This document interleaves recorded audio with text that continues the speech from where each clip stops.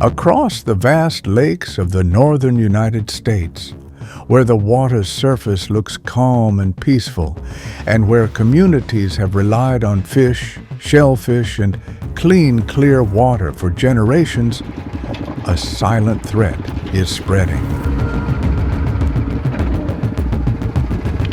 It isn't a fish, or a giant monster, or anything you can easily see. The destroyer is only a few centimeters long, yet powerful enough to unravel an entire ecosystem. A species from far away, a species that doesn't belong here, a species fishermen simply call the crawfish. They seem harmless, but in the darkness at the bottom of Lake Michigan, Lake Erie, Lake Superior, swarms of red swamp crawfish are multiplying at a terrifying rate. They strip away underwater plants, destroy fish shelters, and erase entire fields of vegetation as if they never existed. In just a few years, small fish populations have dropped sharply. Frogs have vanished. Water birds have lost their food sources. The water turns murky each time crawfish stir up the bottom sediment. And fishermen, people whose lives are tied to these lakes, are suddenly at risk of losing their livelihoods. But this isn't just a story about ecological invasion. It's also the story of how Northern American fishermen are fighting back against the crawfish. A quiet battle, but far from easy.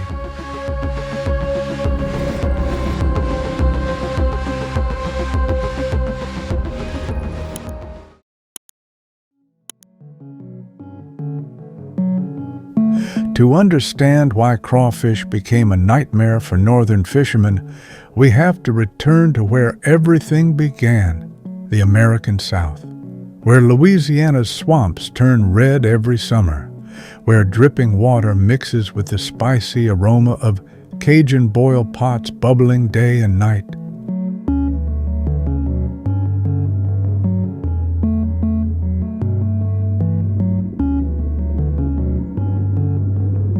The red swamp crawfish, Procambarus clarkii, isn't an invader there. It's part of the culture, tradition, and cuisine that has existed for hundreds of years.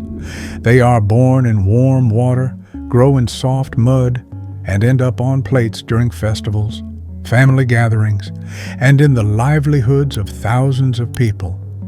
But like every story of invasive species around the world, everything changed when humans moved them out of where they belonged.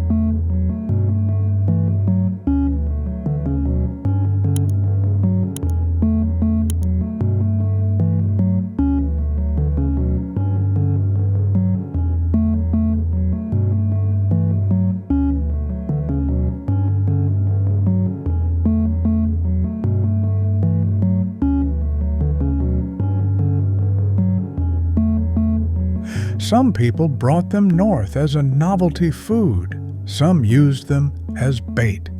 And when the fishing trip ended, a few were released into lakes. Some entered the aquarium trade, seemingly harmless pets, until people dumped them into the wild.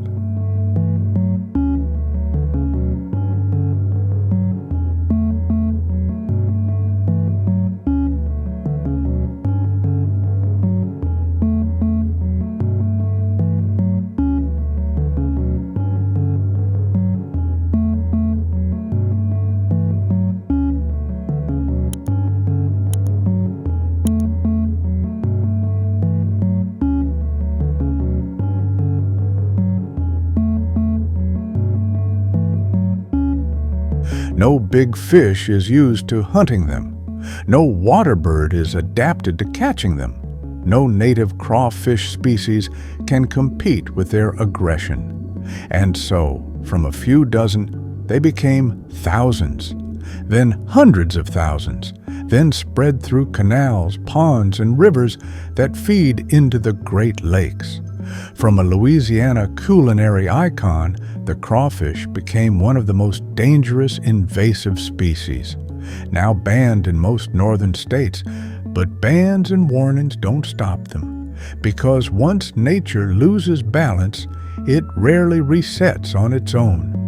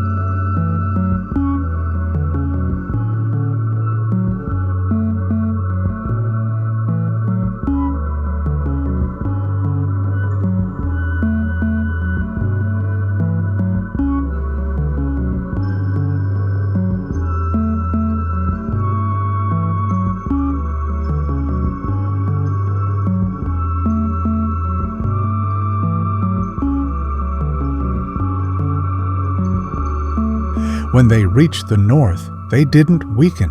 They became stronger than ever.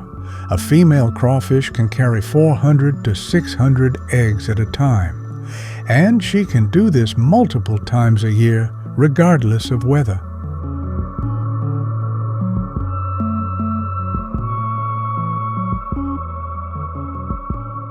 In the north, where predators are few, up to 80% survive. A single female can create thousands of new crawfish within months. In large lakes, they grow so quickly that hand catching becomes meaningless.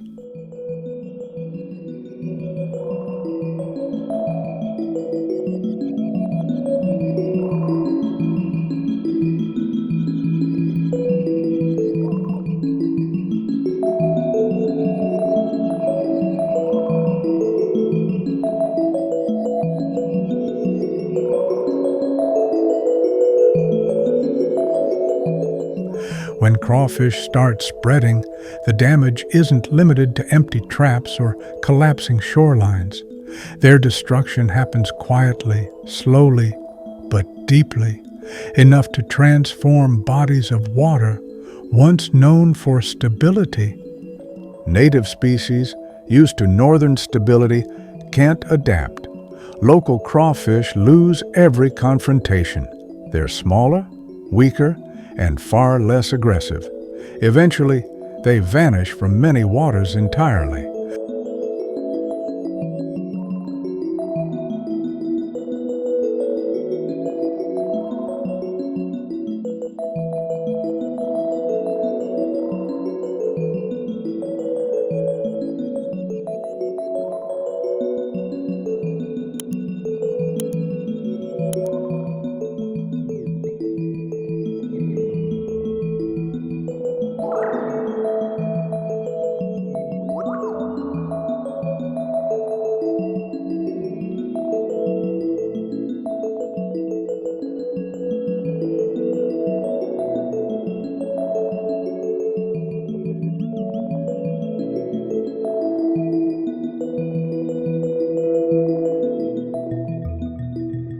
For fishermen, the impact isn't just environmental, it's personal. Their income, their seasons, their catches, all shrink with each new burrow and each cloudy burst of sediment. And then came the realization: once crawfish invade a region, restoring it to its original state is almost impossible.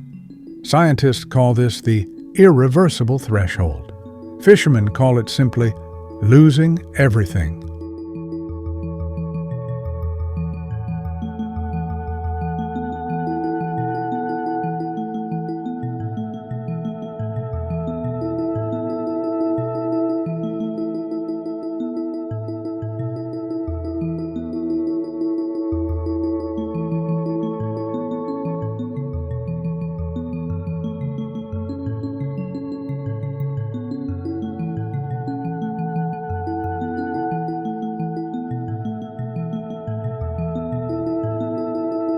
At first, fishermen tried catching them by hand. They waded into the water, used nets, set small traps. But they quickly learned the truth.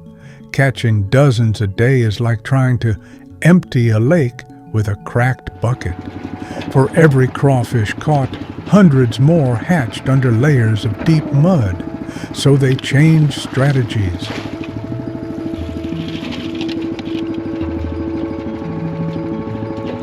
New traps appeared, bigger, stronger, with narrow openings designed specifically for crawfish. They were placed along shorelines, among plants, under docks, wherever crawfish gathered at night. Each morning, fishermen returned to traps so heavy they could barely lift them, sometimes packed with hundreds of writhing red crawfish, numbers no other species in the region had ever produced.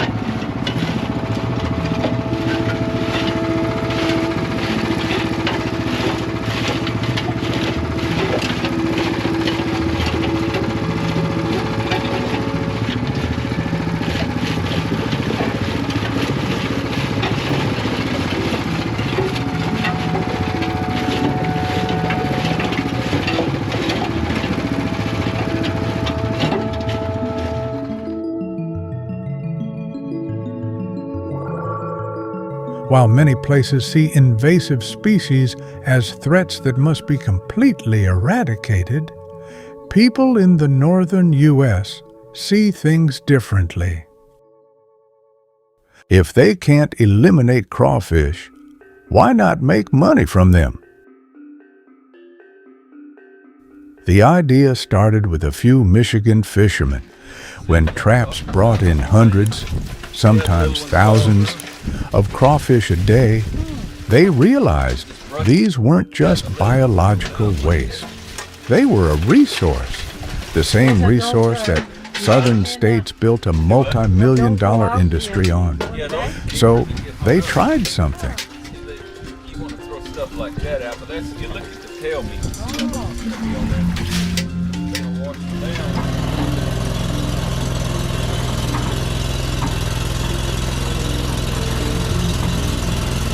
They brought invasive crawfish to local restaurants, and something surprising happened.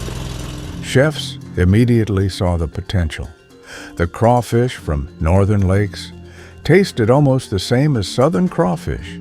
Some even said they were firmer and sweeter thanks to cold water.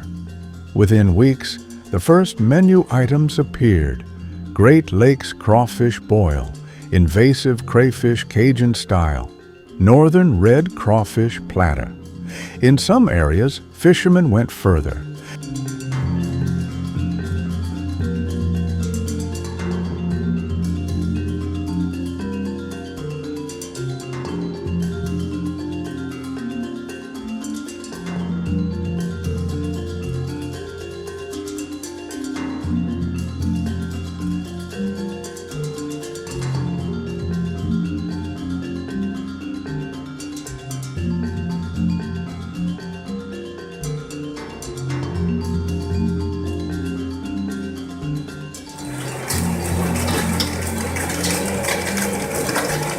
They began freezing, packaging, and selling to seafood markets and restaurants in Chicago, Detroit, even across state lines.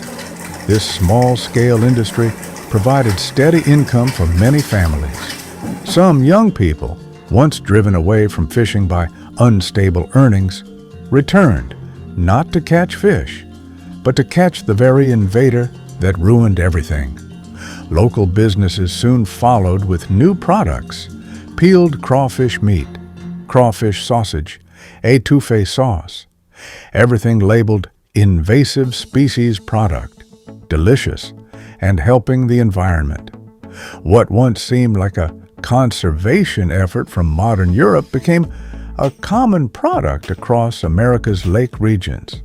It's a strange blend of livelihood, creativity, and conservation, a model ecologists call harvest to control.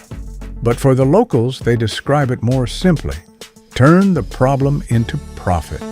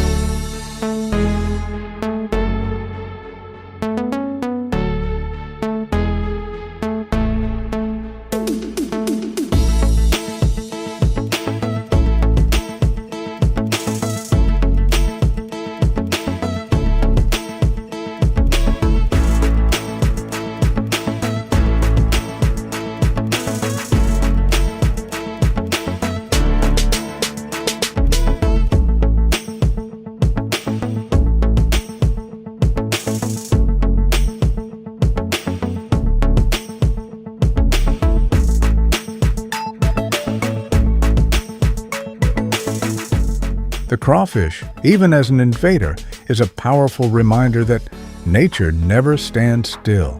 It changes, sometimes in ways we don't expect. And to survive, people must change faster. Becoming adaptable, creative, and able to turn threats into opportunities. Turning the impossible into the possible.